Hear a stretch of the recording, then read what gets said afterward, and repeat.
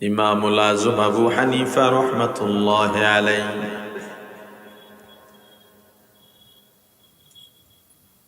জীবনের বেশিরভাগ সময় এশার নামাজের পরে ঘুমান না, ইবাদত করতে করতে রাত্রটা কাটিয়ে দিয়েছেন। একদিন এশার নামাজের পর তাহাজ্জুদ নামাজে দাঁড়িয়ে সূরা ইয়াসিন তেলাওয়াত করতেছেন। তেলাওয়াত করতে করতে যখন ওয়ামতাজুল ইয়াউমা আইয়ুহাল মুজরিমুন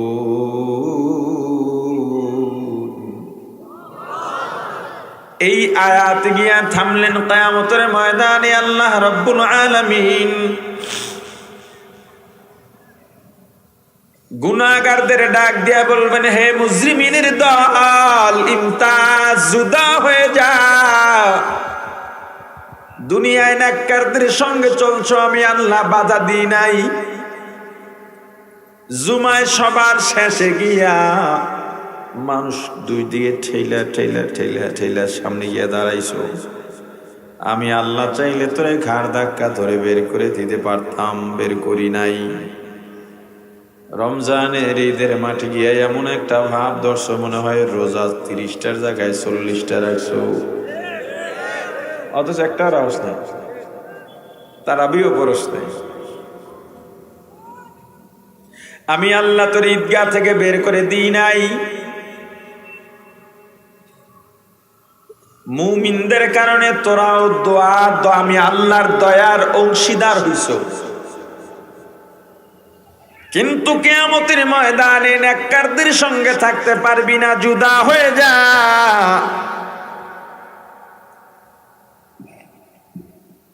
ইমামুল আযম আবু হানিফা রাহমাতুল্লাহি আলাইহি এই আয়াত তেলাওয়াত করেন আর কাঁদেন, এই আয়াত তেলাওয়াত করেন আর কাঁদেন।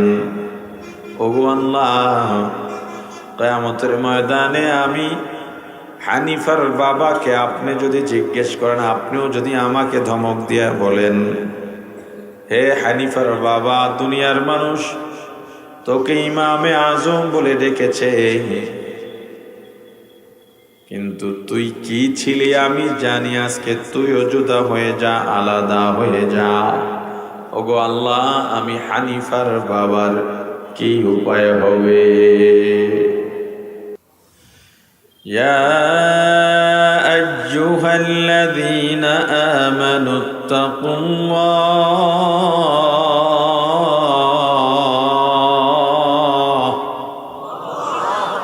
হে ইমানদারেরা আল্লাহকে ভয় করো।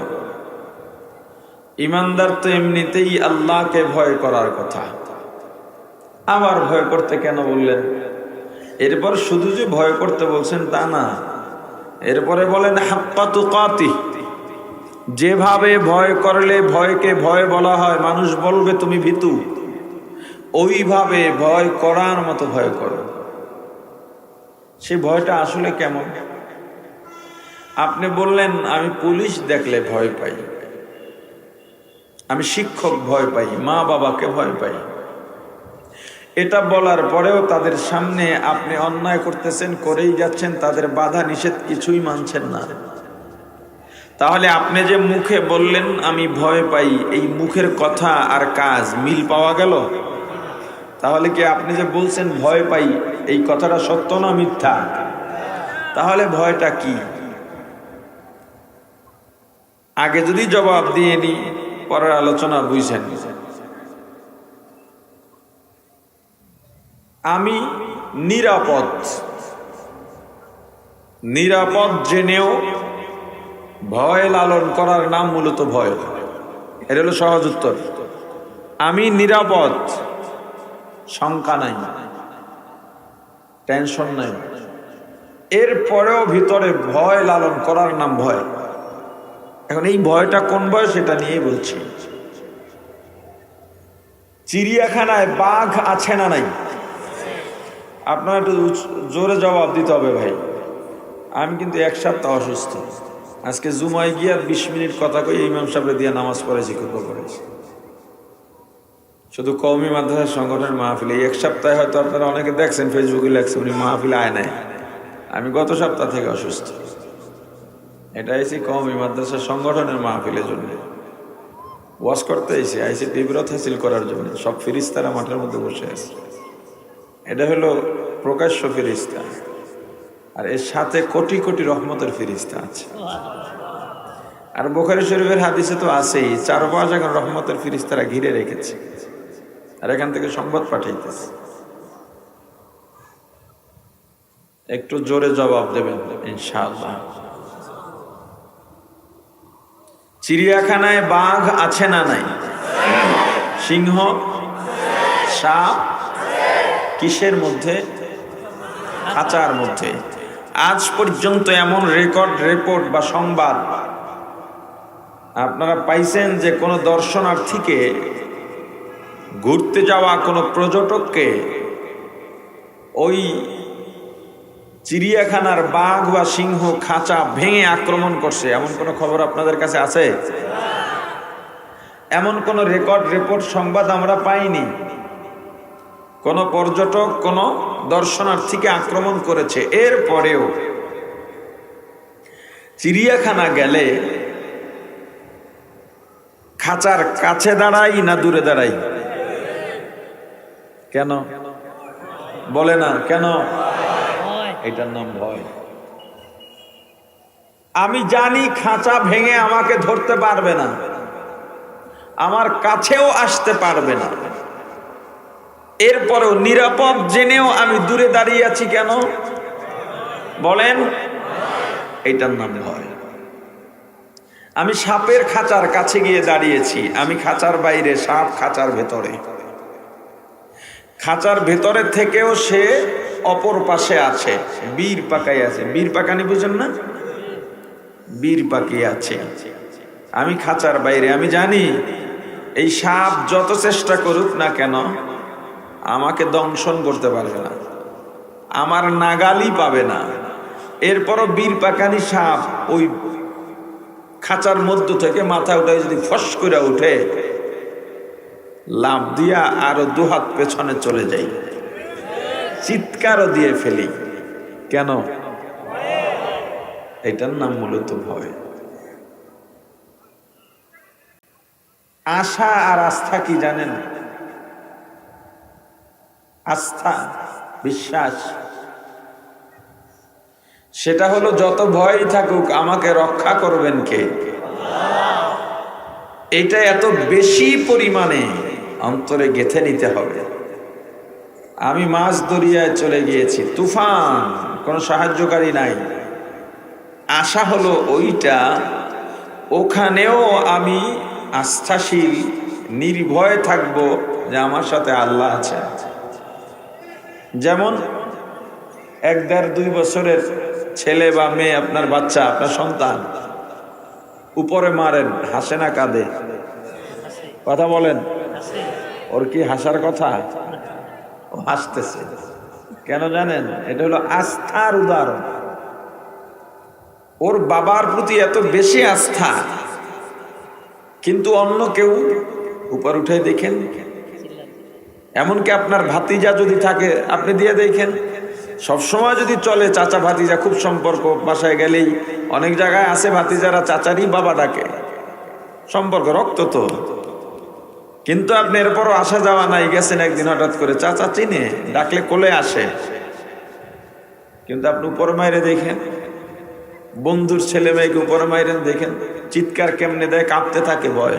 কিন্তু বাবা যখন মারে ও কাঁদে না। ভয়ের আর একটা উদাহরণ পেশ করি। বাংলাদেশের বিভিন্ন অঞ্চলে এই সময়টায় পুকুর সেচ করে, মাছ ধরে, পুকুর অনেকে বড় বানায়। এই পুকুর সেচ করার পর আপনি মাছ ধরতেছেন, বুঝতেছেন না? কথা বুঝতেছেন তো? সেচ করা বুঝছেন না? আপনারা কি বলেন?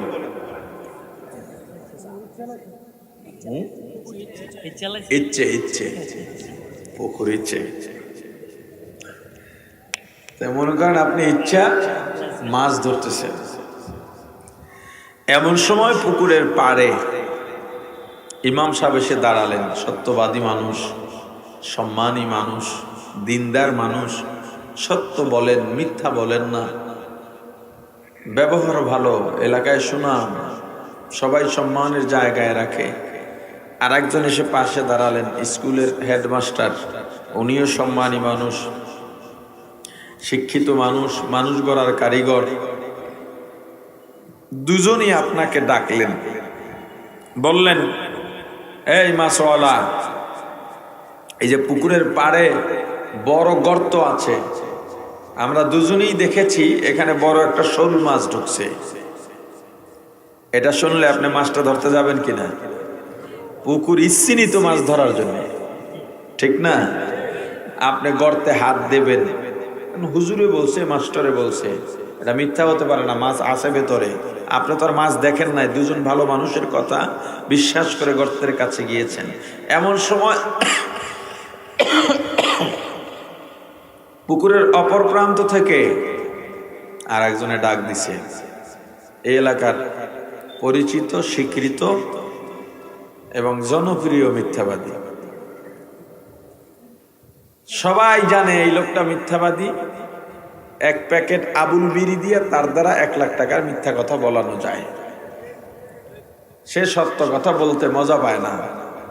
এমন একটা লোক পুকুরের অপর প্রান্তে এসে দাঁড়িয়ে বলল, এই মাছওয়ালা, গর্তে হাত দিও না ভাই, আমি এই মাত্র দেখেছি বিষধর সাপ ঢুকেছে। আপনি মাছও দেখেন নাই, সাপও দেখেন নাই, মাছের কথা বলেছেন দুজন ভালো মানুষ, এলাকার সম্মানী মানুষ, আর সাপের কথা বলেছে একটা মিথ্যুক। আমাকে বলেন, আপনি গর্তে হাত দেবেন কিনা? কি আজীব ব্যাপার! দুজন ভালো মানুষ, আপনাকে 9 মাস আবার সামনে পাবো কিনা তিনি জানেন, তিনি জান্নাতি। এরপরেও তিনি এইভাবে কান্নাকাটি করেছেন। এইটার নাম মূলত ভয়। ইমামুল আজম আবু হানিফা রাহমাতুল্লাহি আলাইহি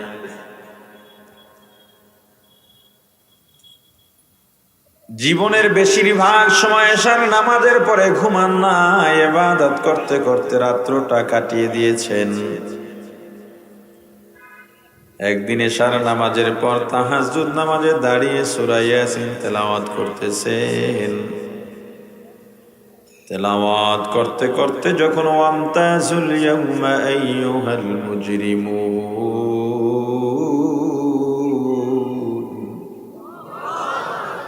এই আয়াত গিয়া থামলেন। কিয়ামতের ময়দানে আল্লাহ রাব্বুল আলামিন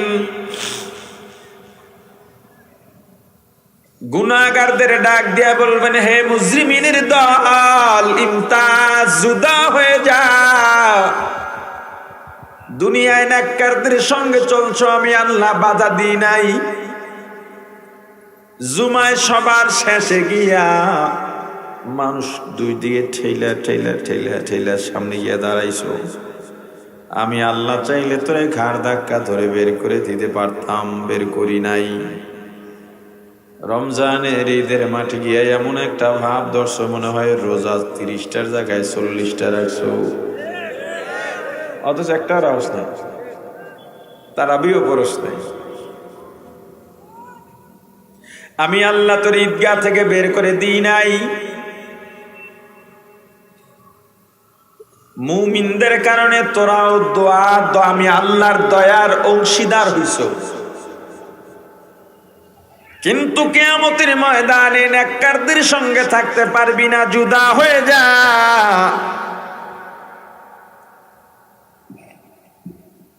ইমামুল আজম আবু হানিফা রাহমাতুল্লাহি আলাইহি এই আয়াত তেলাওয়াত করেন আর কাঁদেন, এই আয়াত তেলাওয়াত করেন আর কাঁদেন। ওগো আল্লাহ, কিয়ামতের ময়দানে আমি হানিফার বাবাকে আপনি যদি জিজ্ঞেস করেন, আপনিও যদি আমাকে ধমক দিয়া বলেন, হে হানিফার বাবা, দুনিয়ার মানুষ তোকে ইমামে আজম বলে ডেকেছে, কিন্তু তুই কি ছিলি আমি জানি। আজকে তুইও জুদা হয়ে যা, আলাদা হয়ে যা। ওগো আল্লাহ, আমি হানিফার বাবার কি উপায় হবে? এত বড় মানুষ যার জীবনে আল্লাহ রেজামন্দি ছাড়া অন্য কিছু ছিল না। এত কিছুর উপরেও সারা রাত এই আয়াতি তেলাওয়াত করতেছেন, করতে করতে ফজরের আজান হয়ে গেছে। রুকু সেজদা করার মতো খবর ছিল না। আবু হানিফা বুধ ইমামে বা সফা আসরাজে উম্মতানে মুস্তফা আউলিয়ারা কারে দুকারে ওকবা ইখতিয়ার জাহেলারা কারে দুনিয়া ইখতিয়ার আশিকারা মিল্লাত মাযহাব জুদাস্ত আশিকারা মিল্লাত মাযহাব খুদাস্ত। প্রাণের ভাই আমার, তুমি যত ইবাদত করো তবু জাহান্নামের ভয়, কবরের ভয়, পুলসিরাতের ভয়, আজরাইলের আগমনের ভয়, এমন একটা ভয় তোমার ভেতরে থাকবে যেই ভয়ের কারণে মানুষ আর গুনার কাছে যাবে না, এর নাম ভয়। এভাবে ইমানদার দেখে আল্লাহ ইমানদারকে ভয় করতে বললেন। আল্লাহ আরো বলেন, ইয়া আইয়ুহাল্লাযীনা আমানু লা তামুতুন্না ইল্লা ওয়া আনতুম মুসলিমুন।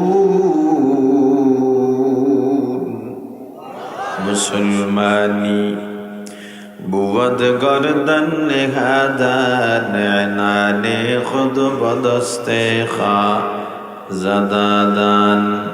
হে ইমানদার, মুসলমান না হয়ে মরো না।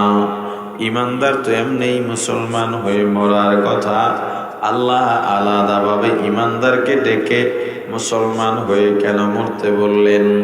আল্লাহ এতক্ষণ যা বলেছেন এভাবে আরো অনেক জায়গায় ইমানদারকে ডেকেছেন আর এক একটা আমলের নির্দেশনা দিয়েছেন, কিন্তু আল্লাহ আরো একটা মারাত্মক কথা বলেছেন, ইয়া আইয়ুহাল্লাযীনা আমানু আমিনু।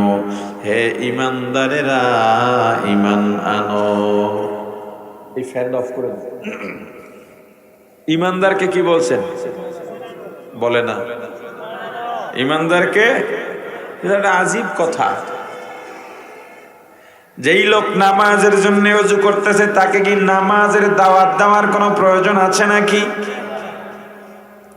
যেই লোক রোজা রাখার জন্য সাহারি খেতে উঠলেন তাকে রোজার দাওয়াত দেওয়ার কোনো মানে আছে নাকি? তাহলে আল্লাহ ঈমানদারকে বললেন ঈমান আনতে। ব্যাপারটা কি? বোঝা গেল এতক্ষণ আল্লাহ যেই ঈমানদারদের ডেকেছেন ওই ঈমানদারদের ঈমানের মাঝে কিছু ভেজাল আছে। কয়বার বাপের ঘরে ফিরে যা, আরে ছেলে তো বাপের ঘরেই থাকবে, এরপরও যখন বলে যাও বাবার ঘরে যাও, মা বাপই আপন, বোঝা গেল কি একটু ভেজাল। কথা কয় না, কয় আরে সংসারে টুকটাক জ্বালা যন্ত্রণা তর্কাতর্কি হয়, যাও স্বামীর ঘরে ফিরে যাও। আরে বউ তো স্বামীর ঘরেই থাকবে, এরপরও যখন বলে ফিরে যাও তার মানে কি একটু ভেজাল আছে। কারণ লেখাপড়া ছাড়া উপায় নাই, শিক্ষকরা দুই একটা বেতের বাড়ি দিতে পারে, যা বেটা স্কুলে যা, মাদ্রাসায় যা। ছাত্র যে ও তো প্রতিষ্ঠানেই থাকবে, এরপরও যখন এই কথা বলা হয় তার মানে ভেজাল আছে। এখন জানা দরকার আল্লাহ কোন ইমানদারদের ডেকে কেমন ইমান আনতে বলেছেন। এইটা আলোচনার মাঝামাঝি সময় বা শেষ দিন ইনশাল্লাহ বলে দেব। এখন চলেন আবার একটু শুরুতে যাই। আল্লাহ ডেকেছেন কাদেরকে? ইমানদারকে আল্লাহ যে ডাকছেন এই কথাটা সত্য না মিথ্যা? তা আপনার এটার জবাব দিলে কোরআনের পক্ষে সাক্ষী দেওয়া হইতো না? খুব কষ্ট হয়। নির্বাচনের সময় তো পাঁচার কাপড় উল্টে নৌকার দানে শেষ করে চিল্লান। যারা আওয়ামী লীগ করেন বলেন তো, একবার নৌকা বললে কয়টা সওয়াব হয়? দানের শীষ বললে কয়টা সওয়াব হয়? কিন্তু আমি যে আগে বললাম আপনাকে আল্লাহ কাদেরকে ডাকছেন, কোরআনের কথা কোরআনের পক্ষে সাক্ষী দিলে কয়টা গুণ হইতো? সব হইতো নি, এরপর আপনারা জবাব দেন নাই, কলব জমাট খেয়ে গেছে। আল্লাহ কাদেরকে ডেকেছেন? ইমানদারদের ডেকে কি হুকুম করেছেন? ইসলামে পরিপূর্ণ প্রবেশ করতে। প্রশ্ন ছিল কি, ইমানদার তো এমনি ইসলামে থাকার কথা, আল্লাহ আলাদাভাবে ইমানদারকে ইসলামে ঢুকতে বললেন কেন? অনেকগুলো জবাব আছে, আমি সংক্ষেপে এক দুইটা জবাব দেব বোঝার জন্যে। ঈমান অর্থ বিশ্বাস। ঈমান অর্থ কি? জোরে বলেন। ইসলাম অর্থ বলেন না। ইসলাম অর্থ শান্তি। আমি ফারেক হয়েছি 17 বছর, তো ওয়াজের বয়স ধরেন 16 বছর, 17ই ধরা যায়। কত জায়গায় যে মানুষের কইলাম এই ইসলাম অর্থ যারা শান্তি বলছেন, এটা কোথায় পাইছেন আপনারা? ইসলাম অর্থ আত্মসমর্পণ করা, নত হওয়া। কার কাছে?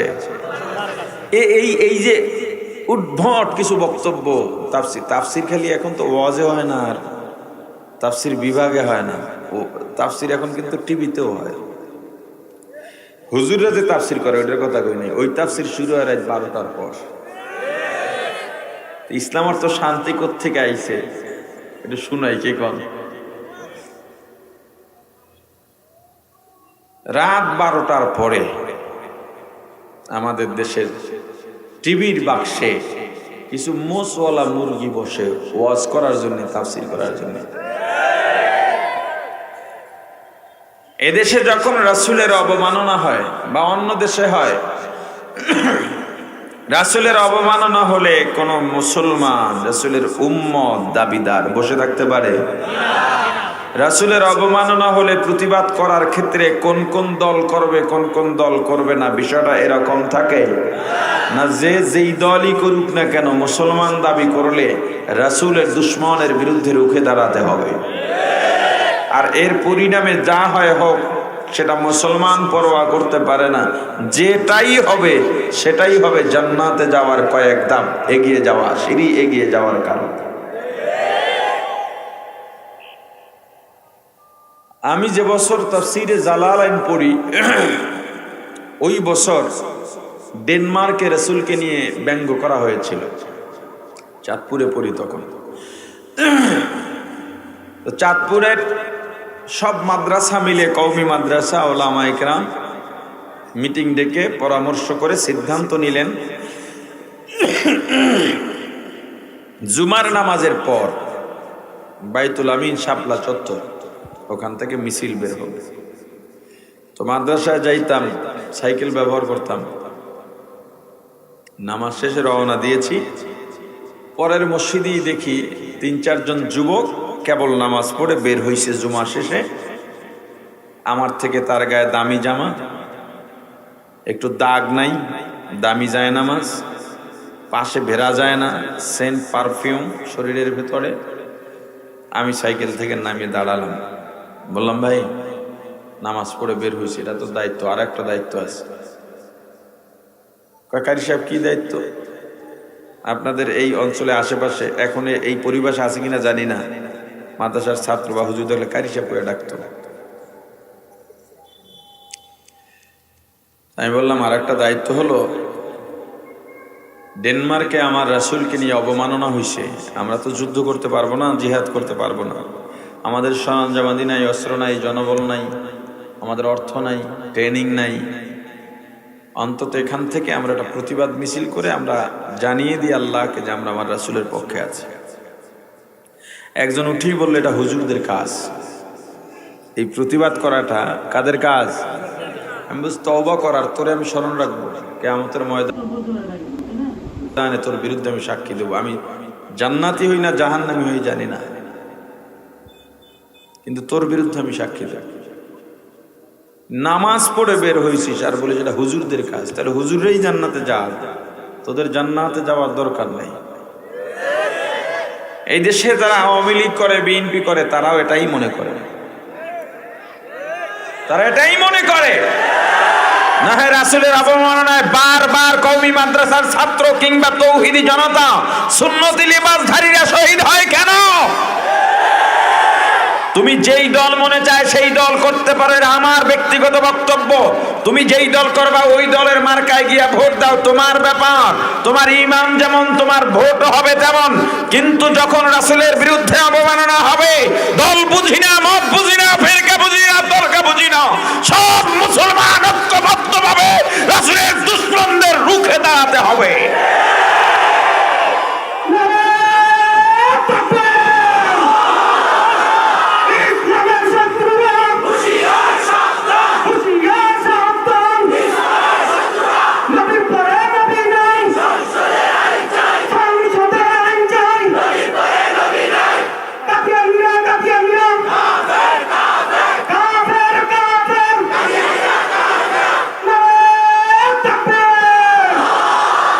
রাসূলের বিরুদ্ধে অবমাননা হলে তার প্রতিবাদ করা এটা আবেগ নয়, এটা ঈমানি দায়িত্ব। এটা ঈমানি দায়িত্ব। আওয়ামী লীগের ভাই, বিএনপির ভাই, আমাকে বলো তুমি যদি মুসলমান দাবি করো, আর এই দল করার কারণে কত মানুষ যে জাহান্নামে যাবে তার কোনো হিসাব নেই। তোমার দল তোমাকে জাহান্নামে নিয়ে যাবে। আজকে দলের কারণে, দলের পূজা করার কারণে, দলের পা চাটার কারণে ওলামায়ে কেরামের মুখোমুখি দাঁড়িয়ে যায়, এরকম মানুষ আছে না নাই? ওলামায়ে কেরামের মুখোমুখি দাঁড়িয়ে যায়। আমি বলছি ইসলামের কথা। আজকে এই দলের কারণে বহু মাহফিলের স্টেজে দেখবেন আমাদের অধপতন কতটা হয়েছে এ পর্যন্ত, আমরা কোথায় নেমে গিয়েছি। এই বাংলাদেশে যতগুলা মসজিদ আছে, বিশ্বের কোন শহরে এত মসজিদ নেই।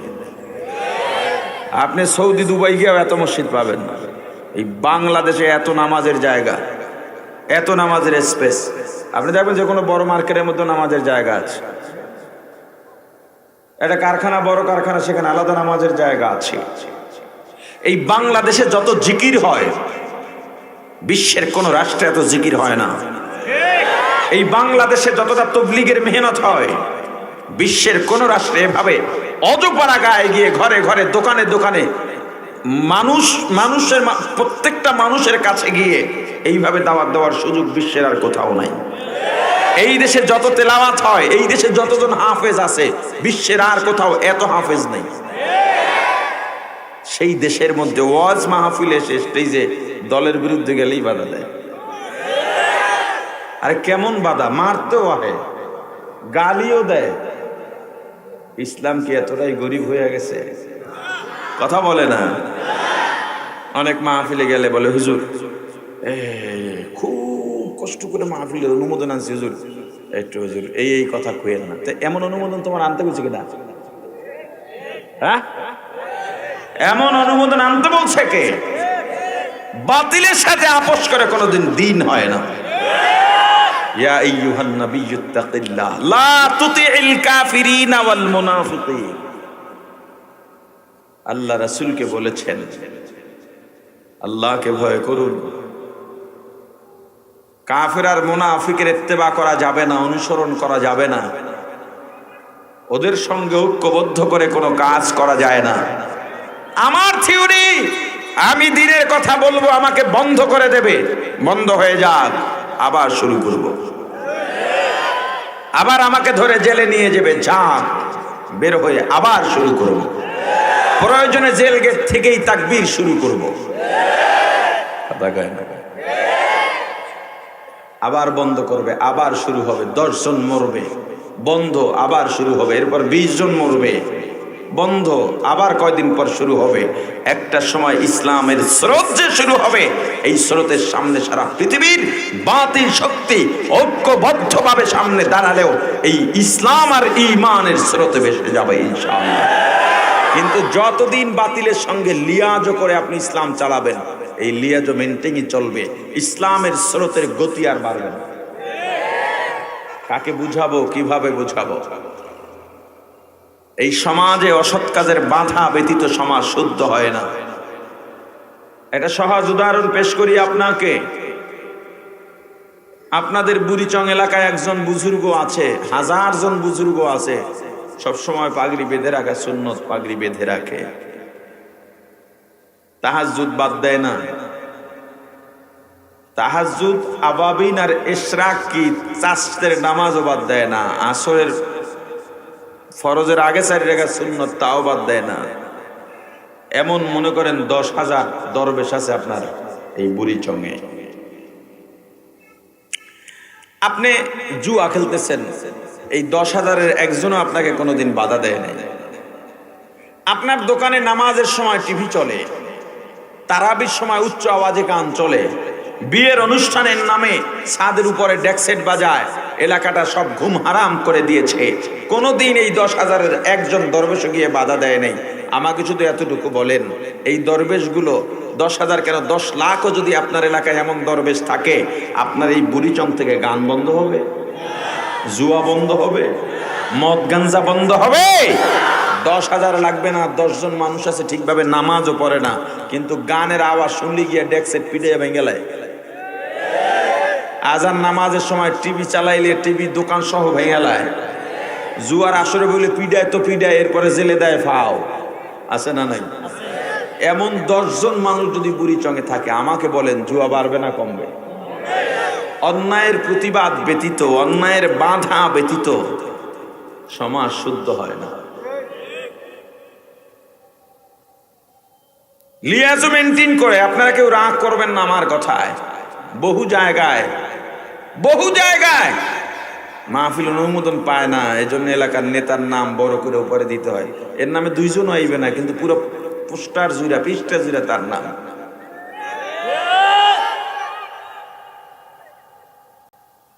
না, অনুমোদন পাওয়া যাবে না। মাহফিল করতে হচ্ছে 95% মুসলমানের দেশে অনুমোদন নিয়ে। শর্ত দেওয়া হয়, রাজনৈতিক আলোচনা করা যাবে না। আমি মাঝে মাঝে বলি যে এই দেশের মসজিদ কমিটির লোকেরা 2% রাখছি দয়া করিয়া, বাস্তবতায় না, দয়া করিয়া 2% রাইখা 98% মসজিদ কমিটির লোকদের বলছি, 98% মসজিদ কমিটির লোকেরা কমিটির সদস্য হওয়ার কারণে জাহান্নামে যাওয়ার শঙ্কা আছে। তারা নতুন নতুন হুকুম রুলস জারি করে খতিবের উপরে, ইমামের উপরে। নিয়োগ দেওয়ার সময় এমন কোন মসজিদ নাই যেখানে এই শর্তটা থাকে না, রাজনীতির আলোচনা করবেন না। কথা বলে না? আরে আমিও একমত। ওয়াজে হুজুর উঠে রাজনীতির আলোচনা করবেন না, এই কথায়ও আমিও একমত। কিন্তু তার আগে আমাকে বলেন এই শর্ত কেন দিয়েছেন? যেই জিনিসের উপস্থিতি নাই, অস্তিত্ব নাই, সেই শর্ত জুড়ে দেওয়া, এটা কোথায় পেয়েছেন? এত অভদ্রতা। কারণ এই বাংলাদেশের কোন মসজিদের খতিব, এই বাংলাদেশের কোন মাহফিলের ওয়াইজ রাজনীতি নিয়ে আলোচনা করেন না। তাহলে রাজনীতির শর্ত কেন দিচ্ছেন? করে না রাজনীতির আলোচনা ওলামায়ে কেরাম। তাহলে শর্ত কেন দিচ্ছেন? যারা শর্ত দিচ্ছে মূলত তারাই রাজনৈতিক আলোচনা করে। নেতা এসে মাইকটা ধইরা এরপরে কি বলে? হুজুরের কাছে, হুজুর অনেক ভালো মানুষ, আজকের প্রধান অতিথি এই সেই। টাইম গেল কেন?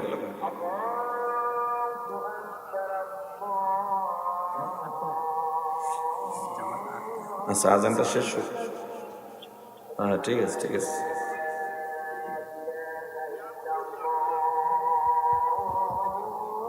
এখানে নামাজ পড়বেন না আপনারা? আলহামদুলিল্লাহ। মাইক ধরে নেতায় বলতেছেন কোরআন হাদিস দিয়ে কথা বলবেন, আমার অনুরোধ আপনারা রাজনৈতিক আলোচনা করবেন না। নেতা এটা বলার পরে কি কথা কয় জানেন?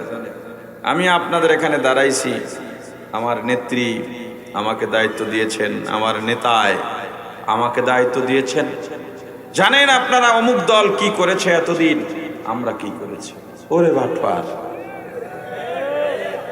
আমারে বলল রাজনৈতিক আলোচনা করবেন না, এরপর উনি রাজনৈতিক আলোচনা শুরু করে দিছে।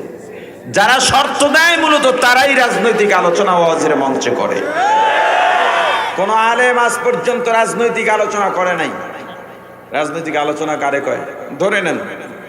ধরে নেন অল্প একটু বোঝার জন্য, উত্তেজিত হয়ে না। সেদিন চকবাজার মূল পয়েন্টে মাহফিল, এই উদাহরণটা দিতে গেছি, পরে নেতা একজন পুরা ক্যাম্প করে লাইছে। তা আমি ওটারে টাই না, এখন তো অনেক বক্তার আছে, সামান্য কিছু হলে ওটার টানে ইচ্ছা করে, এটা কেন বললেন, মানে ইচ্ছা করে, যেটা দরকার না। ক্যামেরা ট্যামেরা আছে, একটু ভাইরাল টাইরাল হবে, মানুষ বলবে সাহসী বক্তা। সেদিন একজন কয়, হুজুর খালি বক্তা না, এরকম অনেক নেতারও কুরকুরা নিয়ে আছে, এইরা বাধা দিয়ে এবার ভাইরাল হয়, হেরে দেখা যাইব। কত ধরনের নেশা এই সমাজে আছে। ধরে নেন, বোঝার জন্য বলছি। আমি আওয়ামী লীগ করি, এখন আমার রাজনৈতিক বক্তব্য কি হবে? মির্জা ফখরুল সাহেব আসেন, রাজনীতির মাঠে খেলা হবে। ধরেন আমি বিএনপি করি, তখন আমার রাজনৈতিক বক্তব্য কি হবে? ওবায়দুল কাদের সাহেব আমরাও খেলতে প্রস্তুত, পুলিশ ছাড়া আসেন। এইটা হলো রাজনৈতিক আলোচনা। কিন্তু আমাদেরকে রাজনৈতিক আলোচনা না করার শর্ত কেন দেয় জানেন? এই যে রাসূলের বিরুদ্ধে অবমাননা হলে ওলামায়ে কেরাম গর্জন দিয়ে ওঠে, এইটার ইবলিস সহ্য করতে পারে না। তখন এটাকে রাজনৈতিক আলোচনার প্রলেপ দিয়া আমাদেরকে ট্যাগ লাগায়, এ হুজুর রাজনীতির আলোচনা বন্ধ করেন। এই শয়তান থেকে বাঁচা লাগবে কিনা? তো যাই হোক, অনেক দূরে চলে গিয়েছি। আল্লাহ, তো টিভি বাক্সে বসে ওই মুসওয়ালা মুরগি মুফাসসির, রাসূলের বিরুদ্ধে যখন অবমাননা হয়, তখন উলামায়ে কেরাম, তৌহিদি জনতা, রাসূল প্রেমীরা যখন প্রতিবাদ করে, মিছিল করে, মিটিং করে, সমাবেশ করে, তখন ওরা ওখানে বসে বলে ইসলাম অর্থ তো শান্তি, তো হুজুররা মিছিল করে অশান্তি করে কেন? ইসলাম অর্থ শান্তি কোত্থেকে আইছে? পাইছেন? কথা বলে না। এই যে কাদিয়ানীরা পঞ্চগড়ে যেই ঝামেলা করলো, ওই মুসওয়ালা মুরগিরা আবার জঙ্গল দিয়ে বাইরে হইছে। এই কালকে তারা আবার একটা সংবাদ সম্মেলন করছে, ডাইনে কাদিয়ানীর ডাইনে বামে সামনে পিছনে সব মোষ আর মোষ। কথা বলে না। শুনে রাখো, এই দেশ মুসলমানের দেশ, তোমাদের বাপ দাদাদের দেশ নয়। এই দেশের উলামায়ে কেরাম, তৌহিদি জনতা ভাড়াটিয়া নয়। তোমার কাছে জিজ্ঞেস করে এই দেশের তৌহিদি জনতা চলবে না। কাদিয়ানীদের ইস্তেমা আজ আর কাল কেন? এই বাংলাদেশে যতদিন মুসলমান জীবিত আছে, রাসূল প্রেমীরা জীবিত আছে, কাদিয়ানীদের কোথাও কোন আস্তানা করতে দেওয়া হবে না, হবে না, হবে না।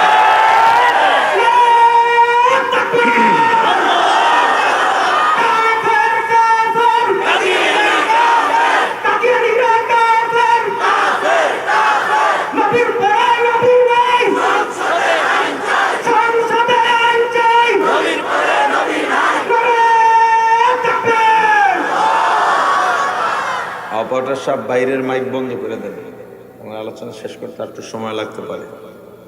বাইরের মাইকটা বন্ধ করে দেন, তাহলে তার মসজিদে ডিস্টার্ব হবে না। নাকি সেটআপ দুইটা না আলাদা না? ওরা কই আলাদা না? বাইরেরটা বন্ধ করে দেন। এই যে কাদিয়ানী ইস্তেমা বন্ধের সংগ্রামে আমাদের কয়েকজন ভাই শাহাদাত করেছে, বরণ করেছেন, অনেক ভাই গাজী হয়েছেন। দুঃখজনক, কাদিয়ানী বিশ্বব্যাপী যারা এক কথায় সবাই স্বীকার করে নিয়েছে কাফের, সেই তাদের ইস্তেমা বন্ধ করতে গিয়া আমাদের ভাইয়েরা শহীদ হলেন, আবার এখন গ্রেপ্তার হচ্ছেন আমাদের ভাইয়েরা, ঘরেও থাকতে পারতেছেন না আমাদের ভাইয়েরা। তবে এই সংকট থাকবে না, কোনো সংকটই থাকবে না। শুধু অপেক্ষা করো। আব্রাহাকে ধ্বংস করার জন্য আল্লাহ যেভাবে আবাবিল পাঠিয়েছিলেন, তোমার জন্যও আল্লাহ ভিন্ন কোন রূপে ভাবে কোন আবাবিল পাঠাবেন, কোনো সন্দেহ নাই। আমি একটা উদাহরণ দিয়ে থাকি। গর্ভবতী মহিলার প্রসব বেদনা যত বেশি হয়, বাচ্চা তত সহজে প্রসব হয়ে যায়। বেদনা যত বেশি হয়, বেদনা না হলে ট্যাবলেট খাওয়াইয়া ব্যথা বাড়ায়। বেদনা চলতেছে, অপেক্ষা করো। বেদনার পরেই সহজ জয়, এটা আসবেই ইনশাআল্লাহ। ওই টিভির বাক্সে ওই রাত 12টার পরে ঠ্যাং নাড়ায় আর কথা কয় কোন ভাজে, মনে হয় যেন এই দেশের মালিক ওরা। কিন্তু ওদের কথা তো শোনার টাইম আমাদের নাই, কারণ এই মাহফিলে যারা এই দেশে যারা আমরা আছি বেশিরভাগ মানুষ দিন মজুর। আমাদের তো কাম আছে, রাত 10টায় ঘুমায়া যায়, কথা কয় না। আর তোরার তো রাত্রে ঘুমের দরকার নাই, কারণ তোরা তো ইহুদি খ্রিস্টানদের এজেন্ট, ওখান থেকে 5-4টা পাও খাও, এই জন্য রাত 12টায় না ঘুমাইলেও চলে। আমরা তো দিন মজুর, রাত 12-10টায় ঘুমাইয়া যাই, ফজর উঠি, নামাজ পড়ে আবার খেতে খামারে রাস্তাঘাটে কাজে নেমে যাই, দোকান খুলি, দোকানে বসে যাই। ইসলাম অর্থ শান্তি নয়, তবে ইসলাম শান্তির ধর্ম। কি তাফরিক ব্যবধানটা বুঝছেন? কথা বলে না ভাই, ব্যবধানটা বুঝছেন? ইসলাম অর্থ কি নয়? শান্তি নয়, তবে ইসলাম শান্তির ধর্ম। যাই হোক, ঈমান অর্থ কি? বিশ্বাস। ভুলছে, এতক্ষণের কথা একটু ভুলছে। বয়ান শেষ, ফজরের আগে আগে যেই ওয়াজ করছে গ্রুপ গ্রুপ হাঁটতেছে, ভাই এমন বক্তা এই পৃথিবীতে আর দেই নেই। কি ভাষা, একটা কি কণ্ঠ, কি এবং তাফসীরটা খেয়াল করছো, আর একটা চেহারাটাও সুন্দর, আর একটা বলার স্টাইলও খুব ভালো। পিছন থেকে একটা ডাক দিয়েছে, তোরা দাঁড়া সব। কি হয়েছে? আমিও একমত, কিন্তু আমার একটা প্রশ্ন আছে। হুজুর যে সারা রাত ইউসুফ ইউসুফ বললেন, এটা কি মহিলা না পুরুষ? এখন বাকিগুলো কইতেছে, এটা যৌক্তিক প্রশ্ন করছো, আমরাও তো খেয়াল করি। ও শুনছে, কথা বলে না। আপনারা এই কাতারে পড়বেন। ঈমান অর্থ কি? ঈমান বিশ্বাসের নাম। ইসলাম অর্থ আত্মসমর্পণ করা, নত হওয়া। কার কাছে আত্মসমর্পণ করব? জোরে বলেন, কিভাবে করব? ইন্না সালাতি ওয়া নুসুকি ওয়া মাহইয়ায়া ওয়া মামাতি লিল্লাহ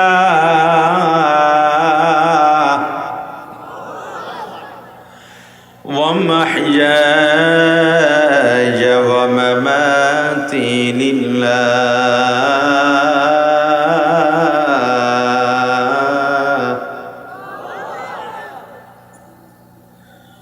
ومحياي ومماتي لله رب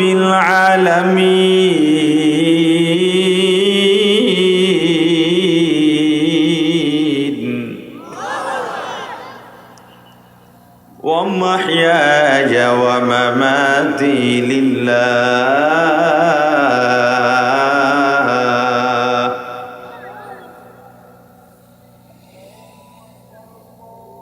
قل إن صلاتي ونسكي ومحياي ومماتي لله رب العالمين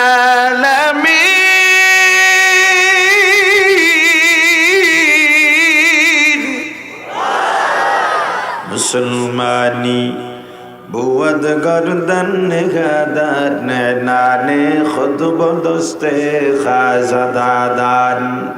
মুসলমান, কিভাবে তুমি আত্মসমর্পণ করবা? আল্লাহ, আমার জীবন, আমার মরণ, আমার নামাজ, আমার কোরবানি, আমার তাকওয়া, আমার রোজা, আমার বেঁচে থাকা, আমার মরে যাওয়া, আমার আয়, আমার ব্যয়, আমার ব্যবসা, আমার চাকরি, আমার সংসার, আমার জমিন, আমার টাকা, আমার পয়সা, আমার ফসল, আমার জীবনের যা কিছু আছে সব হবে কার জন্যে? আওয়াজ দিয়া বলেন, কার জন্যে? আওয়াজ আসতে কেন? আমাদের সব কিছু কার জন্যে? কারা কারা মনে করেন সব কিছু আল্লাহর জন্যে? দু হাত তোলেন, টান টান করে উঠান হাত। যারা দাঁড়াই রয়েছে, আদু রয়েছে, সব দিকে হাতে ডানে বামে নাড়া দেন এমনি। মাশাআল্লাহ। বাম হাত নামান, ডাইন হাত তুলে রাখেন। সব কিছু কার জন্যে?